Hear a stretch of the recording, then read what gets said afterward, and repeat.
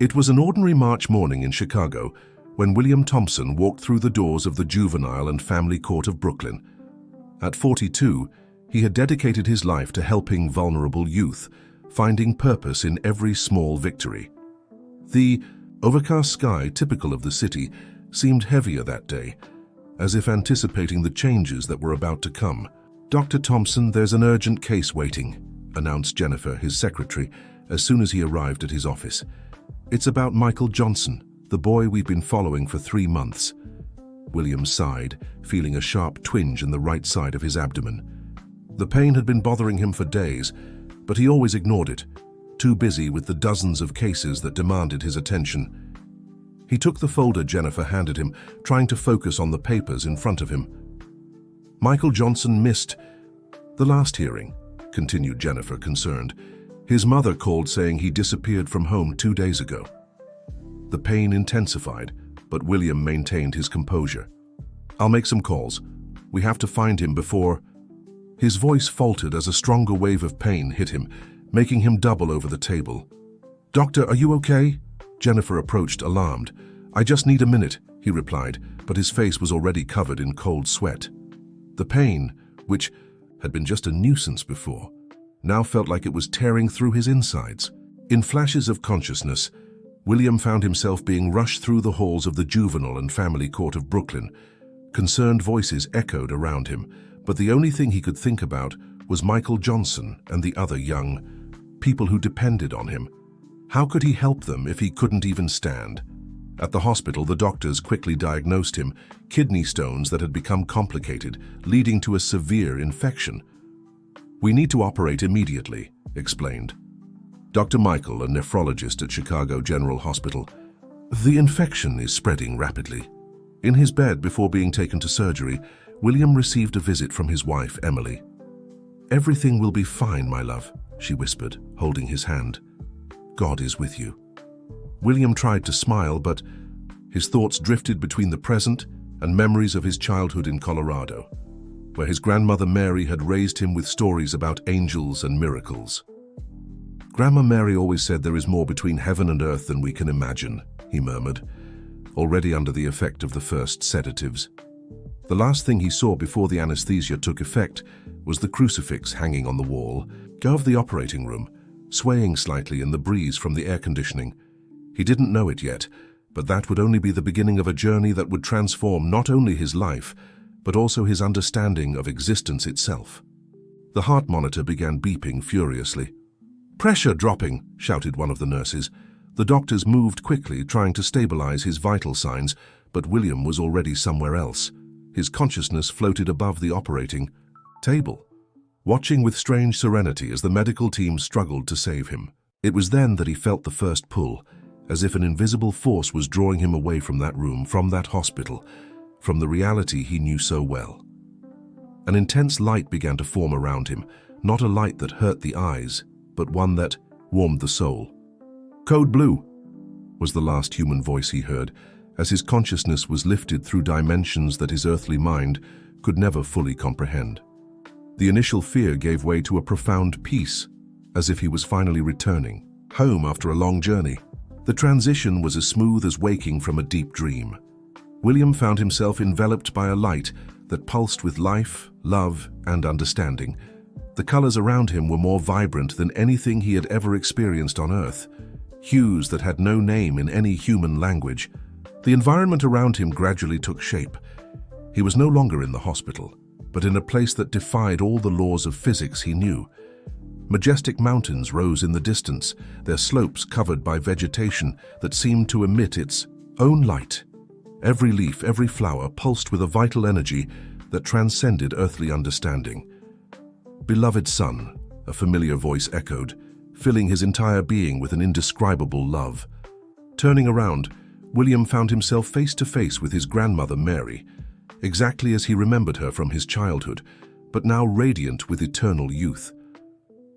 "Grandma Mary," his voice trembled with emotion.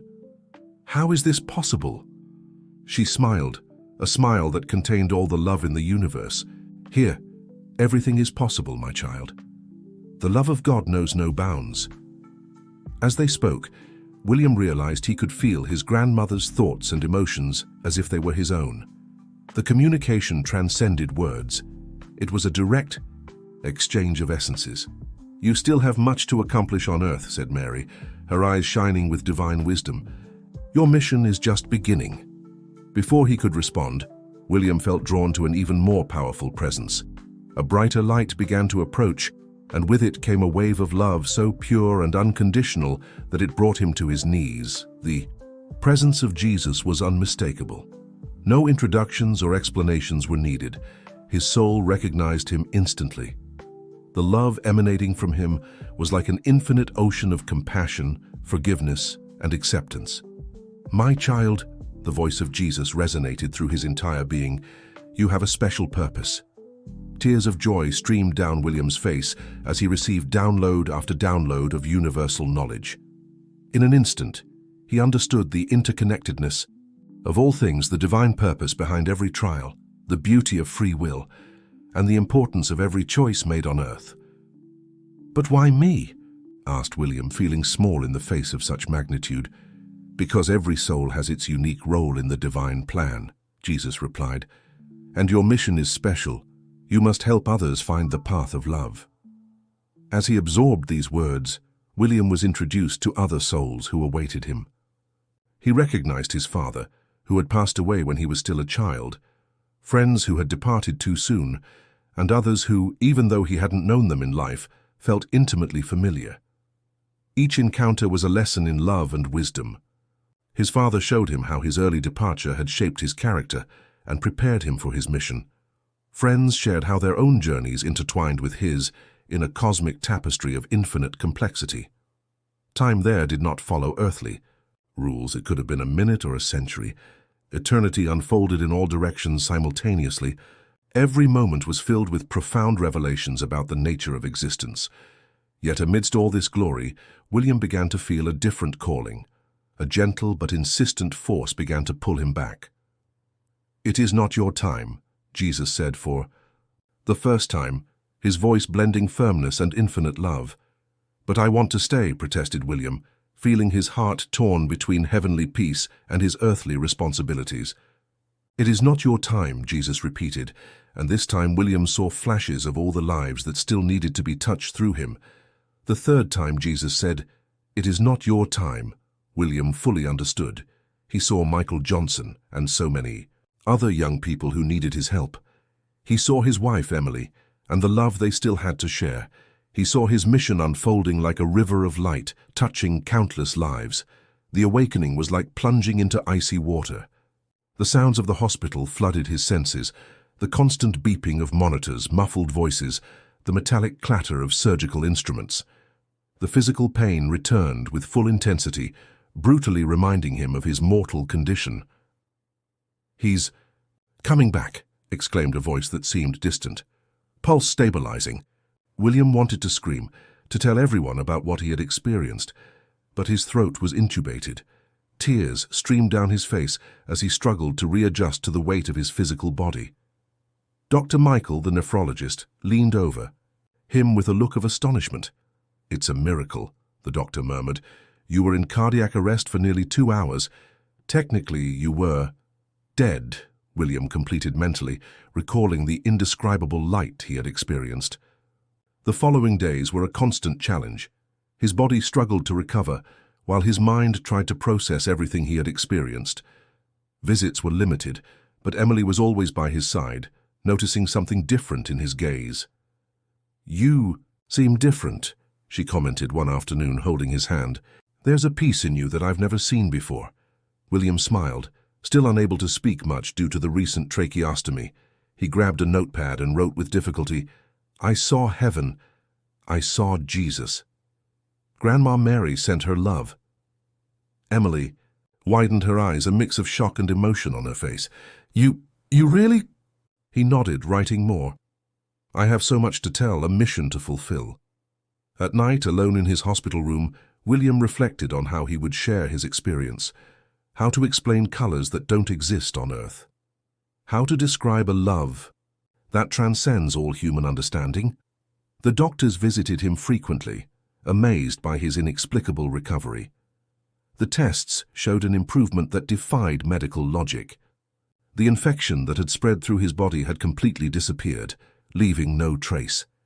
"In 30 years of medicine, I've never seen anything like it," Dr. Michael admitted during a visit. "Your recovery is, well, some would say miraculous." William smiled, knowing that this was just the beginning. As he regained his strength, he began to notice subtle changes in his perception. Colors seemed more vibrant, sounds sharper, but the most profound change was within him, an unshakable certainty of divine love and the purpose of his life. Jennifer, his secretary, visited him with news from work. "Michael Johnson returned home," she shared, emotional. "On the day you were admitted, he said he felt an inexplicable force calling him back." William wasn't surprised. Now he understood how everything was interconnected in a greater plan. He wrote on his notepad, "When I return, we have a lot of work to do."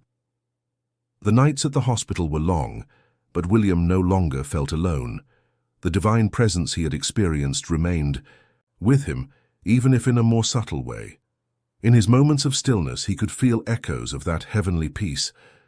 Returning home was like rediscovering the world. Every detail of daily life seemed filled with new meanings. Breakfast with Emily had become a sacred moment of gratitude. The sunrise seen from the window of her apartment in Brooklyn revealed colors that had previously gone unnoticed. "You're different with the plants," Emily observed, watching him tend to the small garden on the balcony. "You talk to them like Grandma Mary used to." William smiled, gently stroking the leaves of a fern. "Now I understand what she always said about everything being alive, everything being connected." His first visit to the Juvenile and Family Court of Brooklyn, still in recovery, was emotional. Colleagues greeted him with hugs and barely contained tears. But it was the encounter with Michael Johnson that touched him the most. The teenager seemed different, a new spark in his eyes, a calmer demeanor. "You know, Doctor," he said, "on the day I ran away, I had a strange dream. I saw a very bright light calling me to come back home. I can't explain it, but I felt I needed to be here." William Thompson felt a shiver run down his spine. "Sometimes God uses mysterious ways to guide us, Michael," he replied, recalling his own experience. Gradually, he began to share his story. First with Emily, then with close friends, and later with the young people she assisted. She didn't worry about who believed her or not. She knew her mission was simply to sow seeds. "The love I felt there," she explained during a discussion circle with teenagers in the re-socialization program, "is different from anything we know here. It's a love that accepts, that doesn't judge, that transforms." The reactions were varied. Some looked at her with skepticism, others with fascination. But something about her presence, a tangible peace that emanated from her, touched everyone in some way. One afternoon, she received a visit from Father Anthony, an old friend, who had always supported her work with the youth. "Your experience reminds me of Chicago," commented the priest as they shared a cup of coffee. He too had a transformative encounter with the divine. William nodded, recalling the intensity of that moment. "You know, Father, before, I worked with these young people out of a sense of duty. Now I understand that each of them is a divine spark with a unique purpose." Days turned into weeks, and William noticed that his sensitivity to the suffering of others had deepened. He could sense the pain hidden behind forced smiles, the hope battling despair in the eyes of the young people he helped. Emily noticed how he began dedicating more time to each case, often staying at the Juvenile and Family Court of Brooklyn late into the night. "You need to take care of yourself too," she reminded him, concerned. "I'm fine," he replied with a serene smile. "I've never felt so alive." And it was true. Despite the physical exhaustion, an inner energy sustained him. Every small victory, a young person returning to school, a family reconciling, was celebrated like a miracle. One day, while organizing reports in his office, William had an idea that would change the course of his work. What if we created a space to share transformative experiences? Proposed during a team meeting, William Thompson's idea quickly took shape. With the support of the judge from the Juvenile and Family Court of Brooklyn, a space was designated for weekly meetings where young people, family members and professionals could share their stories of transformation. The first meeting of what became known as the Circle of Light took place on a June evening. The environment was carefully prepared. Aromatic candles, soft music, and chairs arranged in a circle to facilitate the exchange of glances and energy. "Each of you carries a unique light," began William, looking into the eyes of each participant. "Today we are here to share that light." Michael Johnson was the first to speak up. With a choked voice, he shared how his life had changed since that day when he felt the call to return home.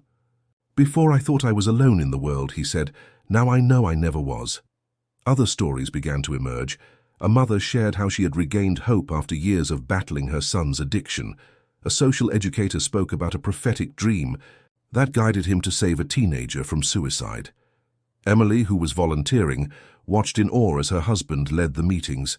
The energy he radiated seemed to touch each person in a unique way, awakening something dormant in their hearts. "It's as if he could see into people's souls," she commented to Jennifer after a particularly moving meeting. The Circle of Light began to attract attention beyond the walls of the Juvenile and Family Court of Brooklyn. Journalists sought out William Thompson for interviews, intrigued by his near-death experience and the transformative work he was doing. "It's not about me," he always emphasized.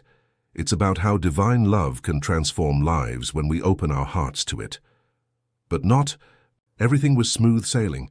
Some more skeptical colleagues viewed this spiritual approach within a public institution with suspicion. "This is inappropriate for a legal environment," argued Dr. Richard. Richard, the district attorney, during an administrative meeting. "We are here to enforce the law, not to provide spiritual therapy." William remained calm, recalling the peace he had experienced on the other side. "The results speak for themselves," he replied serenely. "Recidivism among the youth who participate in the circle has dropped by half." The tension in the Juvenile and Family Court was rising, dividing opinions. Meanwhile, more and more people sought out the meetings, drawn by the stories of transformation that spread like ripples across a lake. On a rainy August afternoon, something extraordinary happened during a session of the Circle of Light. Mary Ann, a lady who attended the meetings regularly, shared the story of her grandson when everyone in the room felt an inexplicable presence. The air grew thicker, charged with an energy that made the hairs on the back of their necks stand on end. A scent of roses filled the room, even though there were no flowers nearby. Some people began to cry silently, moved by a deep emotion. "It's the same scent," whispered William, recognizing the fragrance he had experienced during his near-death encounter. Emily, sitting beside him, squeezed his hand. She, too, felt something different, a peace that transcended normal understanding. That night, several participants reported seeing golden lights floating through the room. Others described feelings of healing and liberation. A teenager who suffered from chronic migraines stated that his pains had completely disappeared. The news of the extraordinary events spread quickly. Soon, the small auditorium at the Juvenile and Family Court of Brooklyn could no longer accommodate all those interested in attending the meetings. People began to come from other cities, some traveling hours just to be present. "This is getting out of control," warned Dr. Richard, increasingly concerned about the repercussions. "We're turning into a pilgrimage center." William knew he was partly right. The volume of people was starting to interfere with the normal functioning of the Juvenile and Family Court of Brooklyn. But how could he deny help to those seeking hope? That's when Michael Johnson came up with a suggestion. "Why don't we expand the circle? We can train others to lead groups in different places." The idea sparked a light in William's heart. It was exactly what Jesus had shown him during his experience, the need to multiply love and hope. "It's no coincidence you came up with this idea," he said to Michael, seeing in the young man the first of many multipliers to come.